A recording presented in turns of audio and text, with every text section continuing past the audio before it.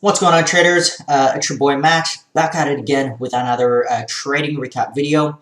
In today's trading session, I am up about $931. If you guys remember in yesterday's trading sesh, I think I was up about $921 or something like that. So the consistency is there. I'm making about average about $1,000 a day. I like coming to the market, find the easiest stocks to trade, take my $1,000 and walk away, right? If you set a small goal, but consistency, if you come to the market every day, and whether it's 500 or 1,000 or 200, just take whatever the market gives you, it would add up, and that's how you build up, a small account.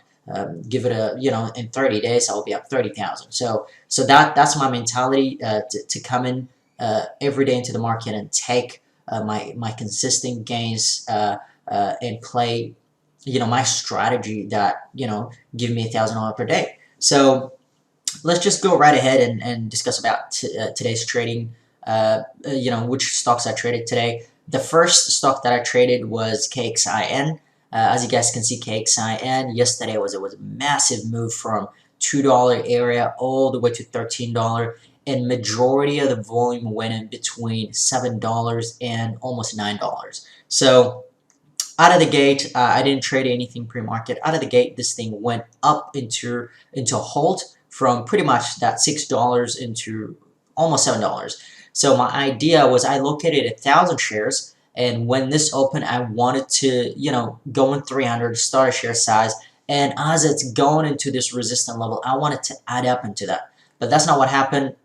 It opened up. I saw the weakness. It wasn't pushing. I hit it and straight into a downside hold. Opened up lower and went lower, and I took it around here. So I took 200 here. So remember, I was in 300 shares. I took 200 here, but I went out for a walk thinking it would go lower. But when I came back, it actually was upside halted. So it came back up. I added a second 100, and then I took the last 200s right here. But I should have held, knowing that this could have washed out longer. And this is one of the things. I mean, our strategies always have room for improvement.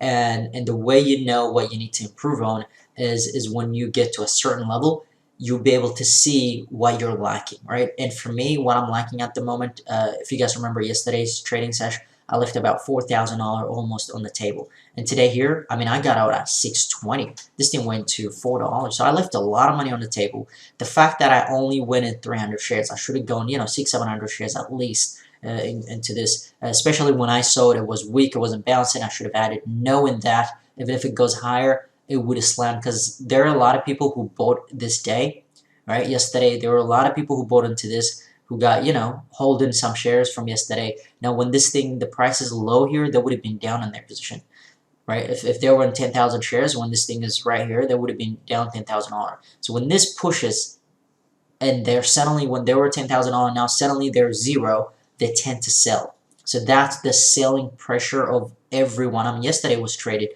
250 million shares into that, right? That was the yesterday's volume. So there would have been a lot of people who are bag holding.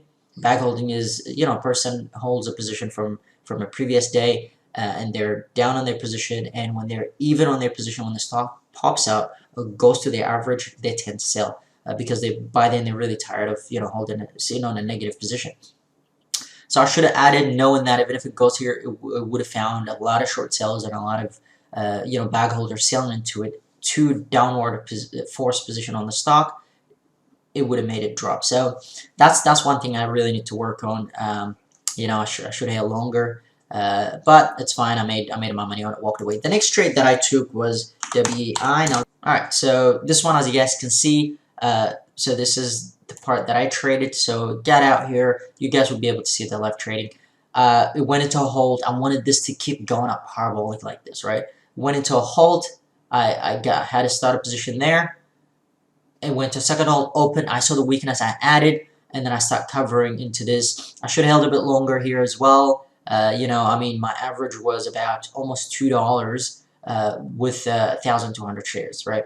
So if I held to that, at least I would have made $700 on this trade on itself, but I was only able to make about 400 bucks on it. So I left, $325 on the table just on this trade. right? So my problem is now I need to hold longer. That's what I need to, and then I try to go in and out here, you know, but yeah, as you guys can see, I was, you know, I made a few, like this little trades that I, you know, make in and out here. As you guys can see, just small amount of profit, like $57, $39. I had one loser, which was $4, which was fine, and then I made $24. So as it was going up, you know, I was shorting the pops and covering the dips. I was doing that all the way.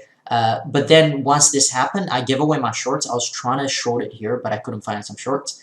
I had the last attempt here and covered. So this, I actually asked Aaron if he could fund some shorts because he already had, so I can take them. So he quickly funded them. I wanted 300, 400 shares, but I only got like 100 shares. So I got here and I cut it. I cut it there. So that was the last trade, and then after that, I mean, I traded pretty much nothing really dramatic. I traded Apple a little bit. Again, with Apple, the major reason why I was shorting it was because what SPY was doing, right? AAPL. The next stock I traded was Apple. Apple, the main reason why I was shorting it because of you know, looked like the backside, and I was also looking at what VWAP was doing. So I got here. This was a beautiful entry point for short, right? It was beautiful. It was done. It was flat top in here, kind of plateaued here, double top. So that looks like hanging fruit. It looks like it's about to fall. It's about to snap.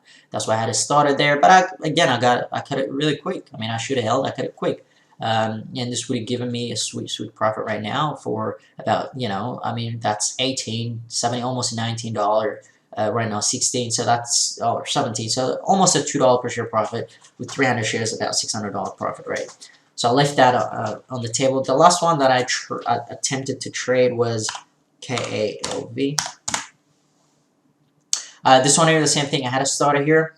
I had 600 shares, as you guys can see here. Maybe I should find this right now. Man, it did go to 17 as well. So, so right here, you know, I had it started there, and then it popped. I cut it because this kind of move, I didn't want this to happen. If I just shorted into that candle right there, when this happened, you would want to cut it here, so you can add right there, right? So that's why I cut it here, but it didn't go higher, so, you know, it was a bummer, but there's nothing I can do. So, you know, I cut it there. I, you know, didn't get emotional. I let it pop. I added it. I took it. So I only lost like $3, right? $3. So I got out alive pretty much because that thing, my average was right here at 350. This thing popped all the way to 1840. So I was down about like, you know, decent amount. You know, this would have put me, rather than 900, I would have been up $600, $500. So I got out. I wiggled. This is what happened when you get yourself into a shitty average, where my average is at 1750, and you know shit is going against you. You don't have to, you know, take the whole loss. You can always, you know, average up, average down. You can wiggle yourself up. But when you average up and average down, what you want to do is you want to recycle as you average up, recycling shares to the upside and to the downside, right?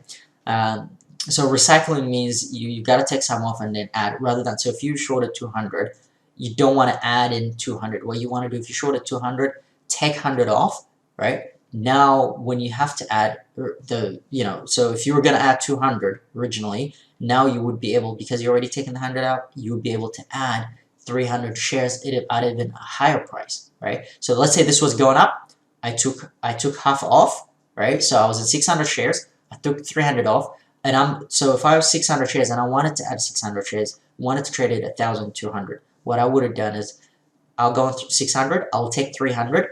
Now, when it pops up to the next level and it's a backside, I would be able to add 900 shares, right? So, but I'm holding only 300. I add 900. It really brings up my average.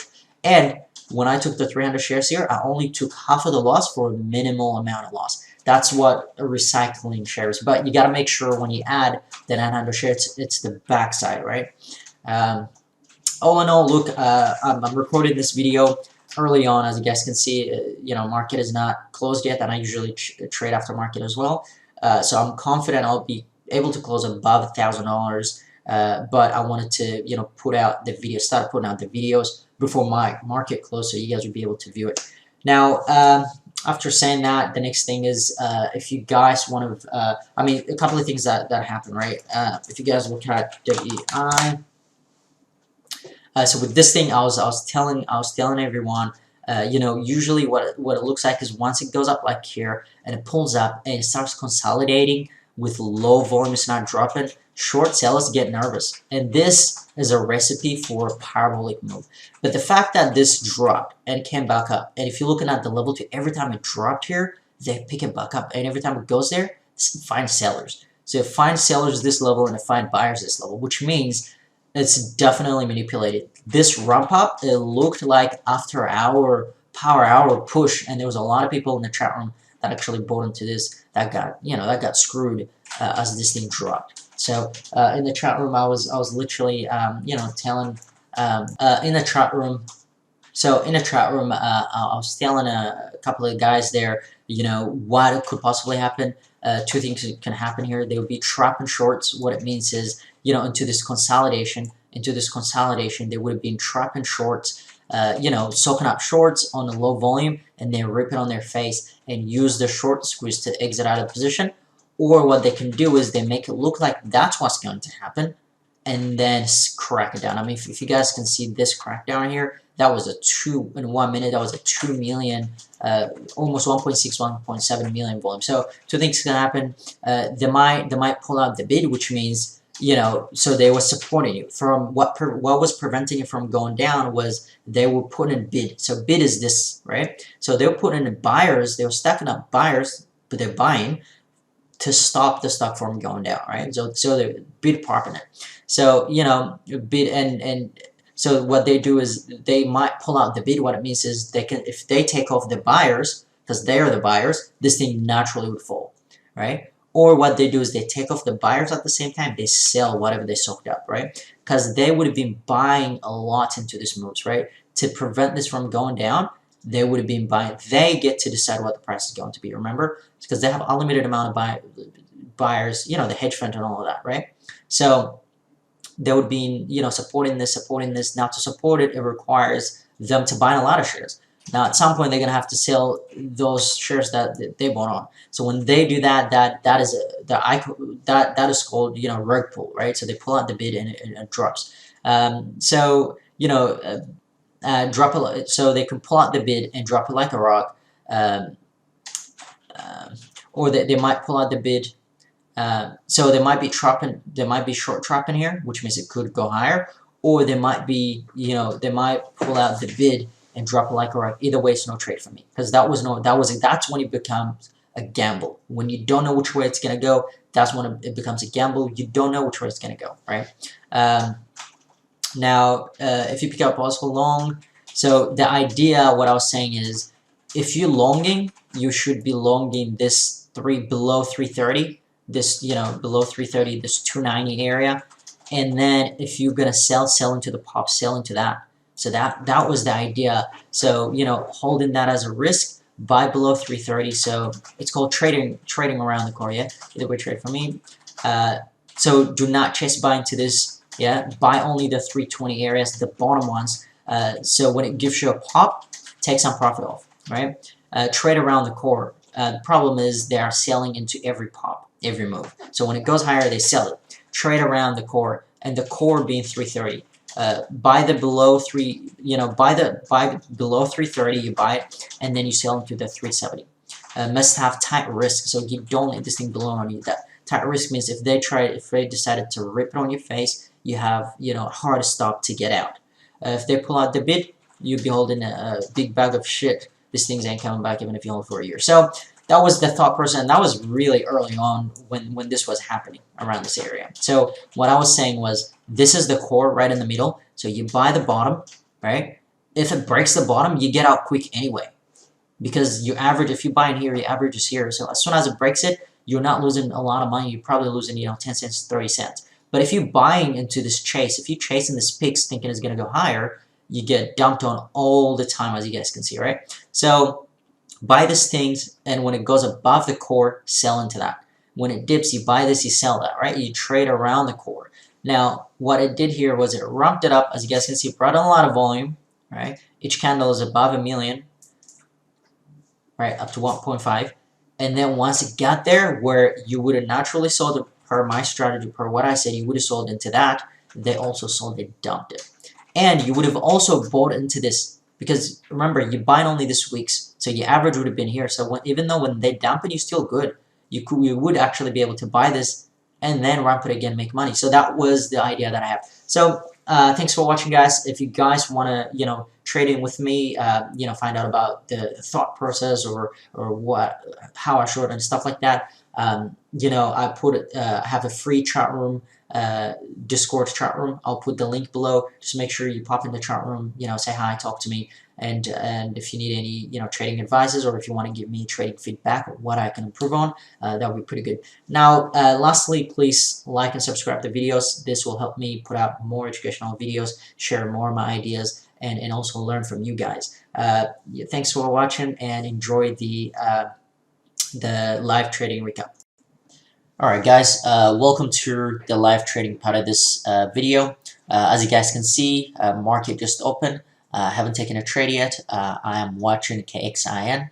If you guys have seen yesterday's trading recap video, you would know that KXIN was a massive trade yesterday. It was traded, I think, 250 million shares. So I'm using that yesterday's volume as a resistance level. And majority of the volume yesterday went between, I think, $7 and $8, $9 area. So this run up into a hold, upside hold right now. So what I want to do is, out of the hold, I want to have a starter, and I want to add if it gives me a push to the 7 area, right? That's where I want to have majority of my shares. As you guys can see, I have located about 1,000 shares, and I'm looking to have 3 adds, add 300, and then the last one I would add 400 shares. So just got out of the hold. I had a starter here. As you guys can see, it's dropping. It's washing out. I was expecting, I wanted this to push higher so I can add, but it looks like it's not pushing. As you guys can see, it's dropping even higher. So I'm a bit frustrated. I'm only in 300 shares, not 1,000 shares, right? So as you guys can see, just straight into a downside hold. The reason why is because yesterday there was a lot of people who bought it and still down in their position. So when today, if it pops, they would tend to sell. Now just fast forward here, got out of the hold. As you guys can see, I am up almost 300 bucks on it, which is almost $1 per share. And you guys can see here, majority of the volume after yesterday's move happened between that 8 and 9 area. So that's what I wanted. I wanted to push towards that to add into, but it didn't give it to me. So as you guys can see, I'm up almost $350 on it. I took 100 shares off, just peeling off profit when I have them, and I just took another 100 shares. Now I'm only holding 1/3 of the position, which is 100 shares, and I'm gonna try to stay patient with this one, right? So as you guys can see, it did push back up. I was away from the computer, so I didn't get to take it at the lows. When it gave me a second time. But as you guys can see, it's popping up. I'm still holding the 100 shares. Now I'm going to add into this using the same resistance level. I'm anticipating this should retreat from here. Fast forward here.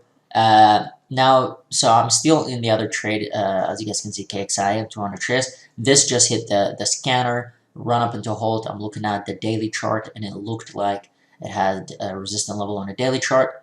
So as you guys can see, KXIN, I am up about 100 bucks on it. So back to 350.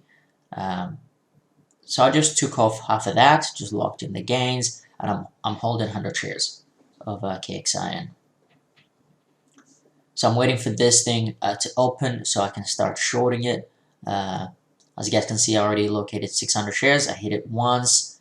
It's not going. I hit it twice. Now I'm in 600 shares, but it's not dropping. Notice how it's not dropping, but I'm not panicking because I want this thing to go higher, right? The higher it goes, the more I can add, right? Because I want to go aggressive on this one. So it's going higher. Usually I would cut here, but I want this thing to go higher. So run up into an upside hold, which I'm completely okay with at this point, because the higher it goes, I know, the harder it's gonna fall, right? That's why I didn't try. Usually, if I'm in a position 600 shares and if it's not dropping, I tend to, or it looks like it's about to go up, I'll usually take half or 75% of it. But this one I just kept it because I want to add more. All right, I'm just gonna fast forward. So I'm down about uh, 300 bucks on it or something like that. So I added it open. I added, as you guys can see, I am in 1,200 shares. So the 600 before, and I added 600 now, bringing my average all the way up. So now I'm holding. As you guys can see, it just run up into a downside hold. I wanted this to actually go higher again because I wanted that $5,000, $6,000, 6,000 shares, but just went into a downside hold.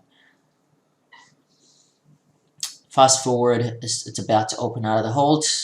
Open, and I'm immediately up about $350 on it. I just took half here. My thinking is if it pops again, I would be able to re-add that, the half back. So I locked in some profit. Now, as you guys can see, this makes me up $700 on a day. And I'm still holding half of my share size. Took another half here. Fast forward a bit. Drop in. I know I'm only holding 300 shares. And I just took the last one here. I mean, I should have stayed a bit more patient, but I'm all out for a complete $739 profit. Now, it looks like they saved it from the bottom. Now it's popping up a bit, so I want to hit it again. I got back in again with 300 shares, thinking this could fade back again to that, to the 140 again. And as you guys can see, it's dropping a little bit. I'm $12 up on it, 20 bucks up on it, 30. So it's dropping a bit more.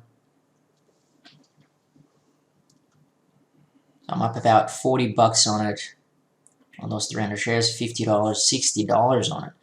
And I'm trying to take it here for a $60 profit. I completely got out of position. Now, as you guys can see, I am up almost 800 bucks on a day. Now, after a while, this actually based. As you guys can see, I took it here, and it popped up. So now I am in 100 shares. So I got in 100 shares. So I was actually in 300 shares right here at this level, and I took 200 here, and I'm holding the 100. And I want it to go higher because I still have a lot of shares. So it's dropping, but as you guys can see, it's being supported. It's being bought up. So this is making me a little bit uncomfortable in that way. So I'm thinking about I should cut here, and I got out. Alright guys, I really appreciate it. Thanks for watching. Please like and subscribe to the channel so it can help me grow it and put out a better educational content and this live trading videos. So I'm trying to take it here for about a $9, $10 loss. So I'm all out for I'm up 836.